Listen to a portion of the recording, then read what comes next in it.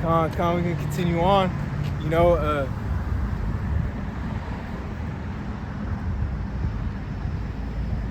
This is the first Esdras.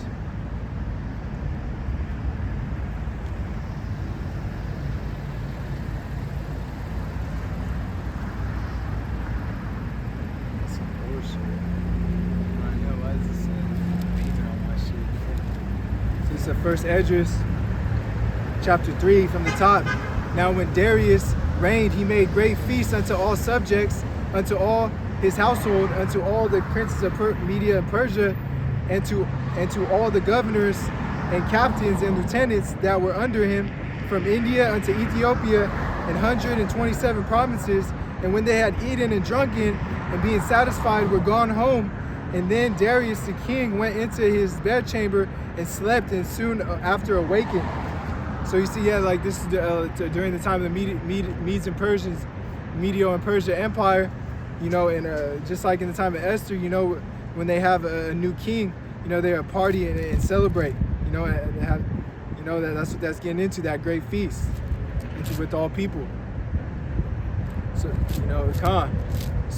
verse 4, then 3 young men were of guard that kept the king's body, and spake one to another, and let every one of us speak a sentence. He that shall overcome, whose sentence shall seem wiser than the others, unto him shall King Darius give great gifts and great things in token of victory. And as to be clothed in purple, to drink in gold, and to sleep upon gold, and a chariot with bridles of gold, and head tire of fine linen, and a chain about his neck. So this is three young men, they were guards over the king, and some of the king's right-hand men, they all speak that sentence, to whichever sentence the king will like. That's the one that will be treated like royalty. That's what that's going into. You're going to be clothed in purple. That represents a royalty, and we see what wisdom of the world gets you, man, because it doesn't get you eternal life. Yahweh Shai, that's what gets you immortality, that wisdom. So continuing on, like verse 6, that they'll be, whoever they'll get that token of victory, whoever speaks the wisest sentence. That's why they'll be rewarded, and they'll be clothed in purple, and to drink in gold, and sleep upon gold, and be with the chariot with bridles of gold, and so on and so forth, etc. That's what that's going into. Verse 7, he shall sit next to Darius because of his wisdom, and shall be called Darius his cousin. So he's saying he's going to be the king's right-hand man, and everyone wrote his sentence and sealed it and laid it under King Darius his pillow, and said that when the king is risen, some will give him writings of those side the king, and 3 princes of Persia shall judge. His sentence is the wisest, and to him shall the victory be given as was appointed. So you see that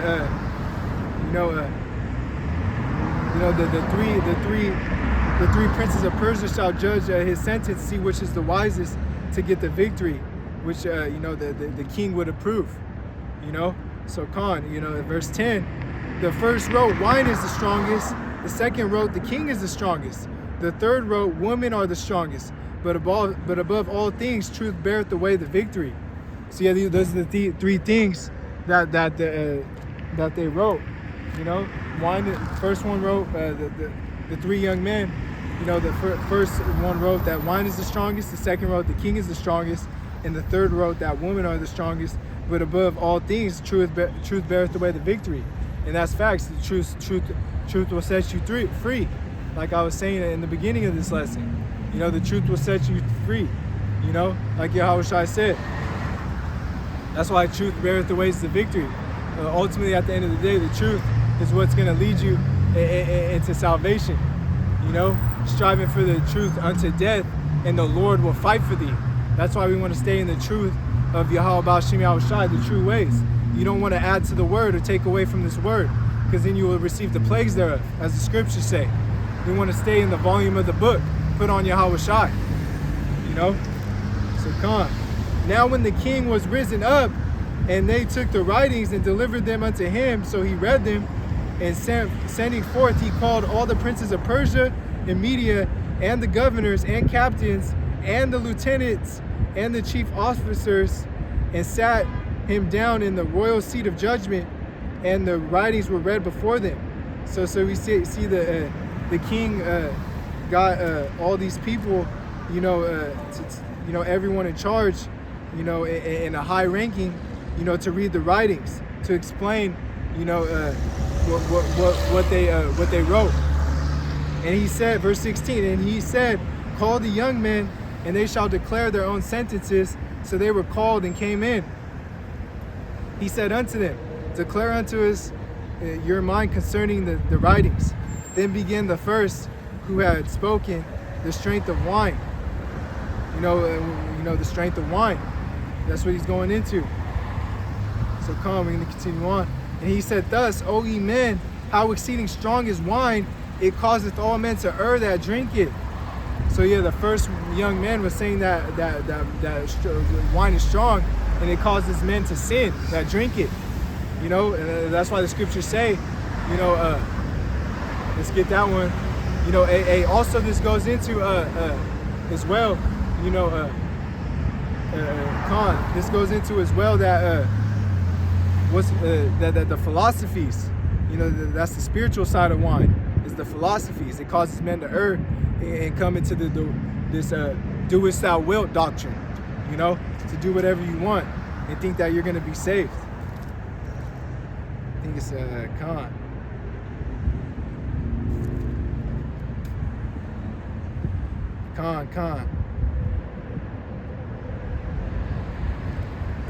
I'm gonna get that. I'm gonna get that one as well. From the how it goes into wine and Proverbs as well. Make sure we're still rolling. Yeah, because the phone's been overheating when I was doing the lesson, because the sun's beaming right over us right here. So Salaki about that, So it says right here.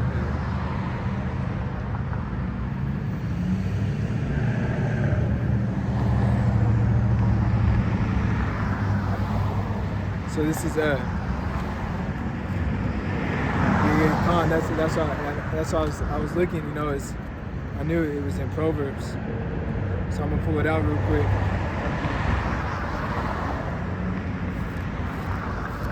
Hey, that's how you remember it though, right? Hey, this is Proverbs chapter 20 and verse 1. Wine is a mocker, strong drink is raging, and whosoever is deceived thereby is not wise.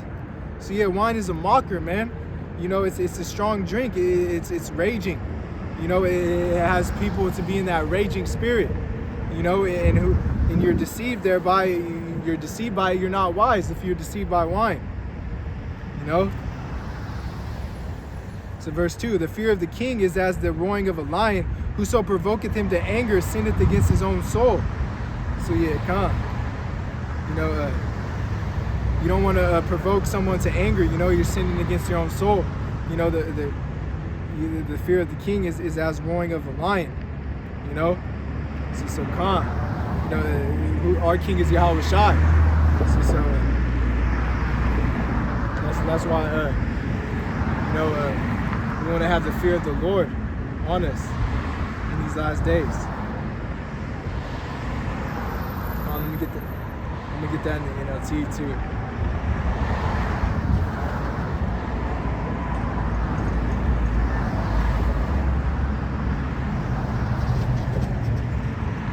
So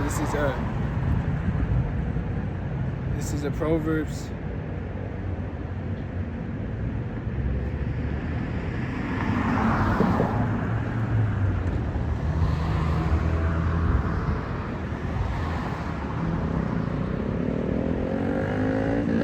Salaki, bear with me.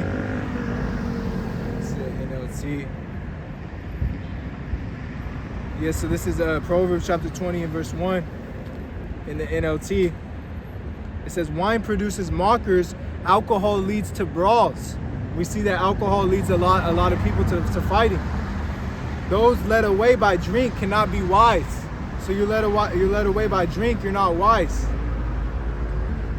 You know? So verse 2 in the NLT, the king's fury is like a lion's roar. To rouse his anger is to risk your life. So you don't want to rouse the king to anger. You don't want to rouse Yahushua to anger. You know, you're risking your life. You know? That would be the broad way, and to lead the path to destruction. You know? We're on the straight and narrow. You know? That's why Yahushua said, strive for the straight gate. So I'm going to continue on.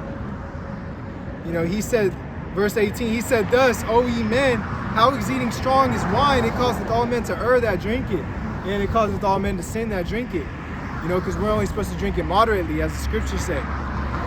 It maketh the mind of the king and of the fatherless child to be all one, of bondman, of the free man, of the poor man, and of the rich. Yeah, so if the king gets drunk, it causes the mind of the king to become as a child. You see that's how you're going off, you know, it causes the bondman, you know, and of the free man, of the poor man, and of the free so it's saying right there, and of the bondman, of the free man, of the poor man, and of the rich. So you know, so it's, yeah, that's what that's getting into, man. You know, let's get that. I want to get that one in the G&T for edification's sake.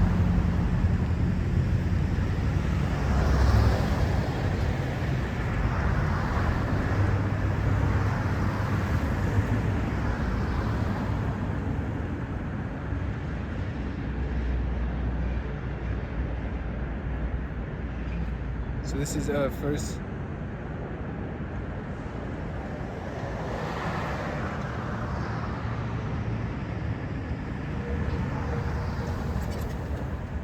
first Esdras 3 in the G&T.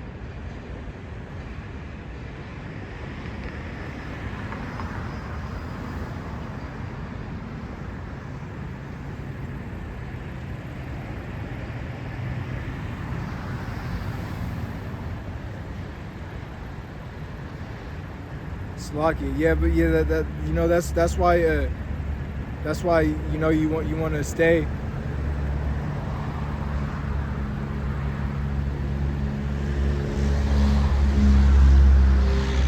That's why you want to stay in the fruits of the spirit and not go off. You know, don't drink, only drink wine moderately. You know, that's what you want to do. You know, Salakia for the wait, Tawada. If you bared with me on that, you know, I'm gonna get it right now. It's loading. You know, this is kind of 4G. You know, Salakia. It's First Esdras chapter 4 and verse. So yes, First Esdras chapter 4. Salakia, First Esdras chapter 3 verse 19. It has exactly the same effect on everyone, king or orphan, slave or free, rich or poor. So you can't, you know, that's what it's saying. You know, it's gonna confuse the mind of everyone who drinks it. You know, it has the same effect on everyone. That's why I was saying it was going into the king or the orphan, the slave or the free, the rich or the poor.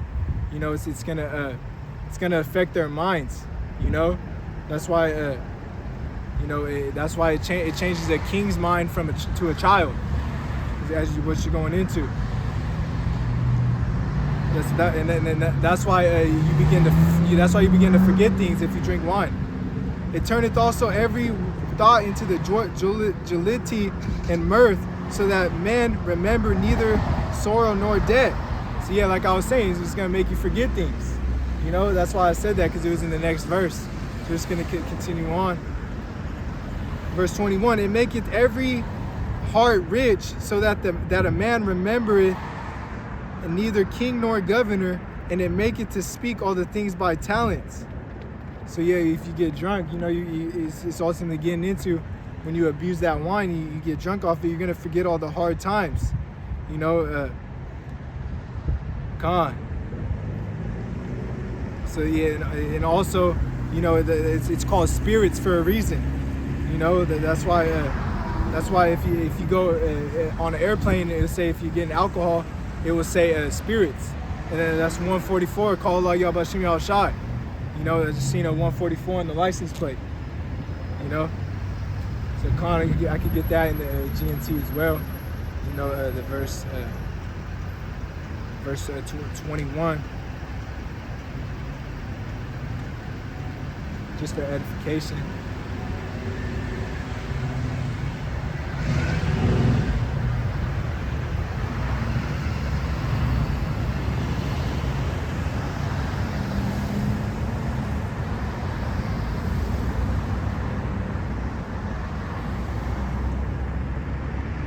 So this is at verse 21 in the GNT.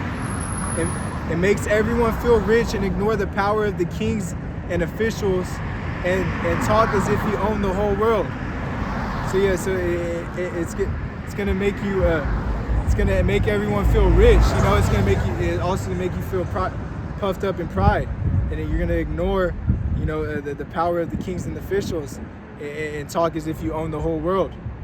You know, it's a con. That's why you're gonna forget all the hard times. That's why I was getting into that. So come, let's get 22. And when they are in their cups, they forget their love both to friends and brethren, and a little after draw out swords. And that's what we went into, like in Proverbs chapter 20. When you drink wine, it causes brawls. You know, it causes you to have fights. That's why it's saying that they draw out swords after each other. You know, you have those fights. You know, so that's all you see at parties when they get drunk. You know, let me see if I can get this one.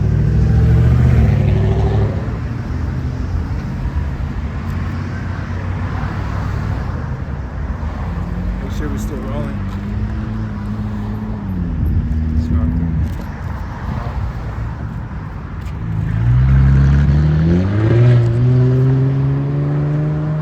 Ultimately, you know, in the modern day sword today would be a gun.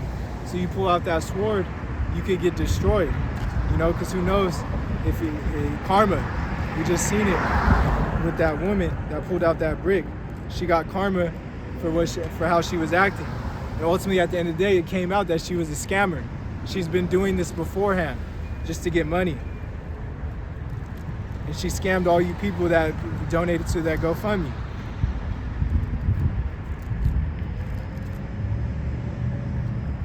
So this is Sirach, chapter 31, and verse 25. Show not thy valiantness in wine, for wine had destroyed many. So wine has destroyed many. That's why you're only supposed to drink it moderately, like I was saying. You know, because it starts, you see people brawling at fights. When you get drunk, people pull out guns. All this type of stuff goes on when they're intoxicated. Yep. You know, that's what goes on. You know, I've had a gun pulled out on me at a party. You know, that man, he was drunk. You know, so con.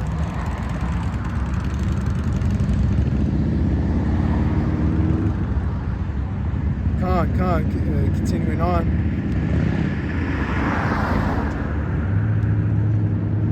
So yeah, so you don't want to be, like I'm saying, you know, you don't want to be violent when drinking. It destroys many people. Let's get that violent definition for edification's sake.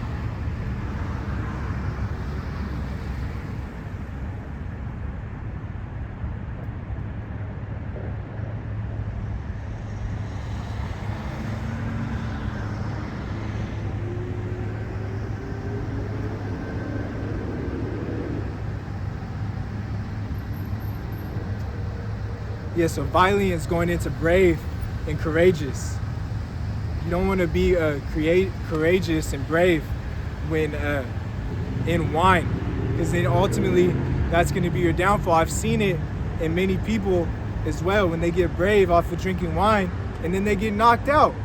You know, you've seen it, and that's karma, bro. So come on. Verse 26, the furnace proveth the edge by dipping, so doth wine the hearts of the proud by drunkenness. So yeah, when they get tipsy, you see a different side of them, you know.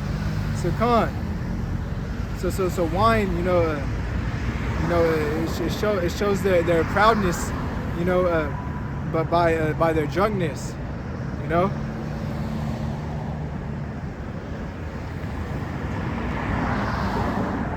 So come on, verse 27. Wine is as good as life to a man if it be drunken moderately. Like I was saying, if it be drunken moderately. What life is then to a man that is without wine? For it was made to make men glad. Yeah, Yahushua drank wine. He was a wine bibber. You know, there's nothing wrong with drinking wine if it's drunk wine, if it's drinking moderately. That's how you want to drink wine, you know. So drinking it in moderately in the right season. You know, there's a time and place for everything. You know, some who drink it, that's why you drink it on the Passover as well. You know, you drink it on certain holy days. Verse 29, but wine drunken with excess maketh bitterness of the mind, with brawling and quarreling.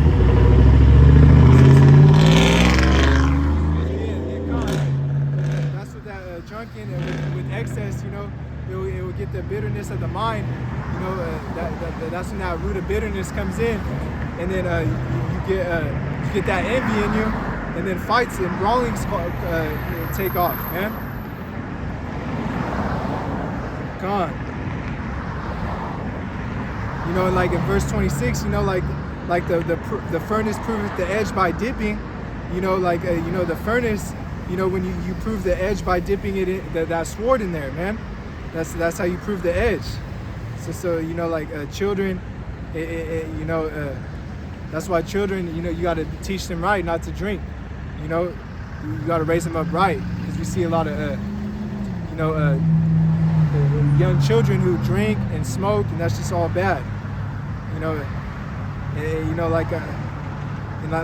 Read verse 26 says, so doth wine the hearts of the proud by drunkenness. So you see their true colors when they're drunk. Like I was saying, like you see the different side of them. Khan, I'm gonna go back down to verse 30, because I was going into verse 29. How you see those fights happening, like I was getting into in Proverbs chapter 20. When people get drunk. So verse 30, drunkenness increases the rage of a fool till he offend. It diminishes strength and maketh wounds. So you're calm. Drunkenness will show the increase of your foolishness. And then until he offends, and then it diminishes the strength and maketh wounds. So calm. And ultimately that's why you get beat up for what you're doing, man. Like you get in a fight, and you ultimately see what would happen to you. You would get your karma. You would get beat up once you're drunk, because you think you could fight. You get brave, and you get in that fight, but ultimately you get served, because you're not sober, and you don't know how to fight when you're drunk. Get that in the GNT too.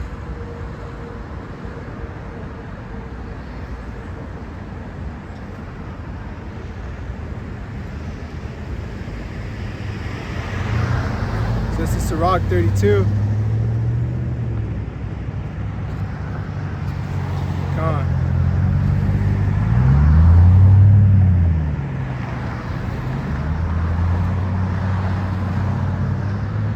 Slocky, let me get it in the RSV. It wasn't popping up.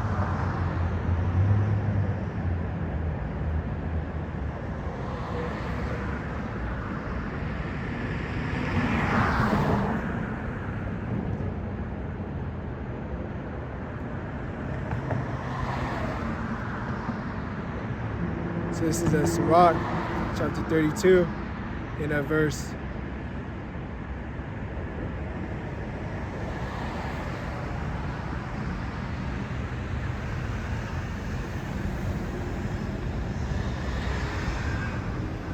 Yes, like you don't want to get it. You don't want to get it in the version. I should have just brought the but that's what it's getting into though. It diminishes the strength and maketh wounds. Yeah, because you that's what that drunkenness does. Is I got into the point. I just wanted to get into the other translation for edification, but yeah, because it rages the fool till he offend, because he's gonna offend that person, and then they're gonna get in a fight, and then it diminishes the strength and maketh wounds, because you're gonna get whooped. You're gonna lose the fight. Con. Yeah, because you get tough and then you get knocked out. That's what it's going into. That's what. So verse 31. Rebuke not thy neighbor at the wine, and despise him not in his mirth. Give him no despiteful words, and press not upon him with urging him to drink. So you don't want to use despiteful words, when someone's drinking. You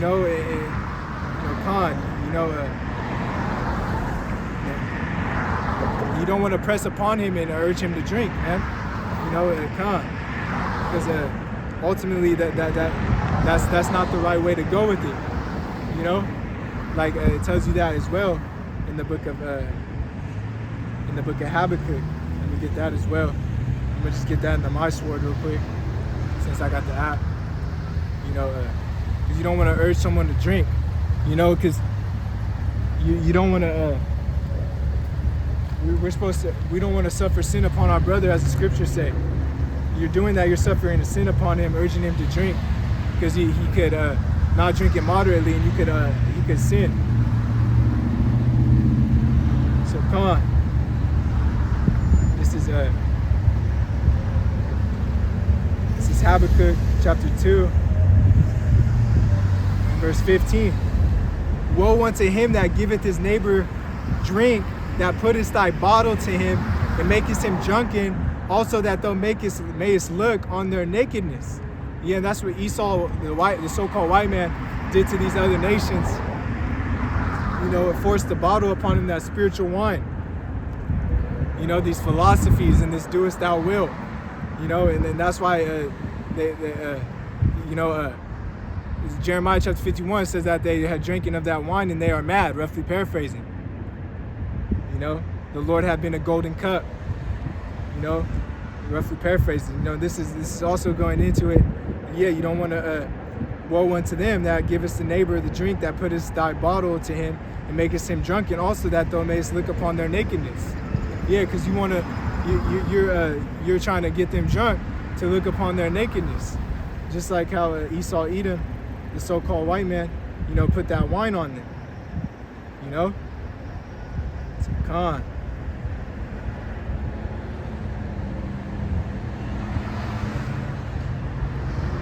Yeah, so that was the example in that. Now let's continue on. Come on. So this is our first Esdras, chapter 3. And I'm going to continue on. So this is the first Esdras, chapter 3, verse 23. But when they are from the wine, they remember not what they have done. So they don't remember when they do this wickedness. They don't remember it because they're drunk. Just like if you do a pharmakeia, that sorcery as well, those pharmaceutical drugs, you're not going to remember. Con, which all goes back to sorcery. Let me see if I could get that as well.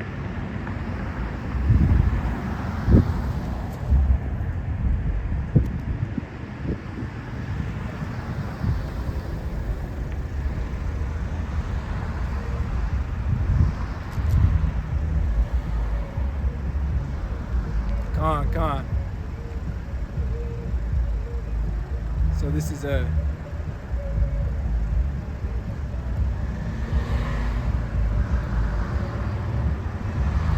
should be right here.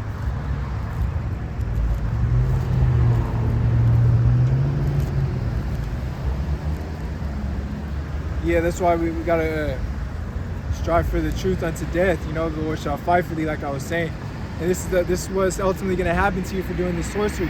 This is Malachi chapter 3 and verse 5. And I will come near to you to judgment, and I will be a swift witness against the sorcerers, against the adulterers, and against the false swearers, against those that oppress the hireling in his wages, and the widow, and the fatherless, and that turn aside the stranger from his right, and fear not me, saith Yahweh of hosts. So yeah, you don't have a healthy fear of Yahweh B'Shem Yahushai. So you're going to receive judgment from Yahweh B'Shem Yahushai. And it's going to happen to the 2/3, and as well as these other, the Esau, Edom, so-called white man, these other nations, man. You know, that's why the chariots are here, you know, to bring witchcraft down, man. You know, so yeah, you know, we see that a lot of this whole, the Babylon lives in a bunch of sorcery, man.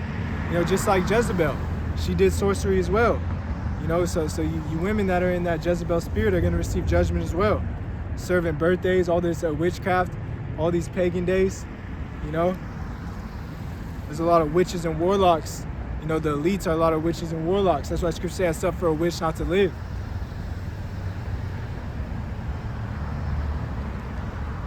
Verse 24, O ye men, is not wine the strongest that enforceth to do thus?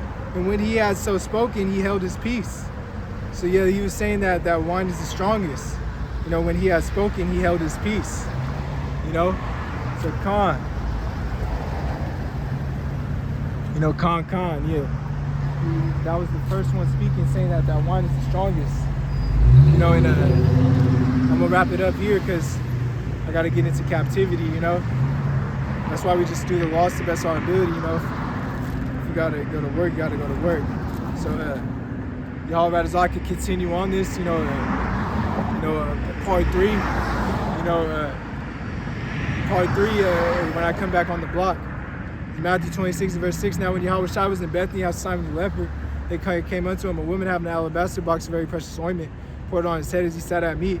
When his disciples saw it, they had indignation, saying, to what purpose is this waste? For this ointment might have been sold for much and given to the poor. When Yahushua understood, he said unto them, why trouble ye the woman? For she had wrought a good work upon me. For you have the poor always with you, but me you have not always. For in that she hath poured this ointment on my body, she did for my burial. Verily I say unto you, wheresoever this gospel shall be preached in the whole world, there's also this that done be told for a memorial of it. And with that, I want to give all honor, glory, and praises to Yahweh B'Shem Yahushai. Peace, salutations to the hopeful elect, scattered abroad across the four corners of the earth, learning and teaching this gospel in truth and sincerity. Shalom.